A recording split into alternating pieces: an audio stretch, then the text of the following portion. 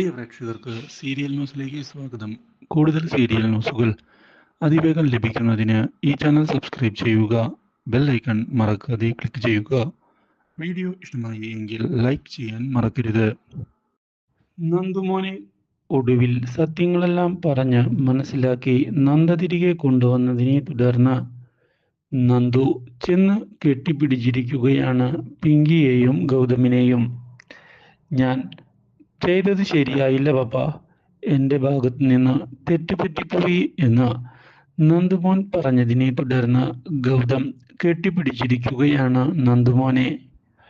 മോനെ, നീ ഞങ്ങളുടെ എല്ലാമാണ്. നിന്നെ ഉപേക്ഷിച്ചുകൊണ്ട് ഒരു കാര്യവും പപ്പയും മമ്മയും ചെയ്യാൻ പോകുന്നില്ല.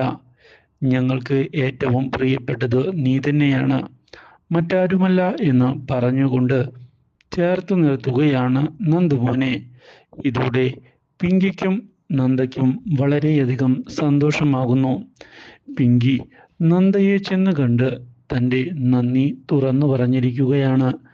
ഒരിക്കലും ഇങ്ങനെയൊക്കെ സംഭവിക്കുമെന്ന് ഞങ്ങൾ പ്രതീക്ഷിച്ചതല്ല, പക്ഷേ കാര്യങ്ങൾ അങ്ങനെയൊക്കെ സംഭവിച്ചു പോയി എന്നതാണ് യാഥാർത്ഥ്യം. അതുകൊണ്ട് തന്നെ ഇനി കാര്യങ്ങൾ കൈവിട്ട് കളയാൻ ഞങ്ങൾ തയ്യാറല്ല. ഞങ്ങളോട് നീ ക്ഷമിക്കണം നന്ദേ എന്ന് പിങ്കി പറഞ്ഞതിനെ തുടർന്ന് നന്ദ, ഒരു വിധത്തിൽ നോക്കിയാൽ എൻ്റെ ഭാഗത്ത് നിന്നും തെറ്റു വന്നിട്ടുണ്ട്. അതുകൊണ്ടാണല്ലോ കാര്യങ്ങൾ ഇങ്ങനെയൊക്കെ പോയത്. ഇതെൻ്റെ പ്രായശ്ചിത്തമായി കണ്ടാൽ മാത്രം മതി.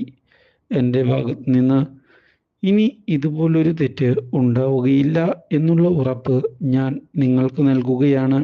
ഇത് കേട്ടതിനെ തുടർന്ന് ഗൗതം മുന്നിലേക്ക് കടന്നു വരികയും നന്ദയോട് മാപ്പ് പറയുകയാണ്. എൻ്റെ ഭാഗത്ത് നിന്ന് തെറ്റ് സംഭവിച്ചിട്ടുണ്ട് നന്ദ. നിന്നെ മനസ്സിലാക്കാൻ എനിക്ക് സാധിച്ചിരുന്നില്ല. അത് ഒരു വലിയ തെറ്റ് തന്നെയായിട്ടാണ് ഞാൻ കാണുന്നത്.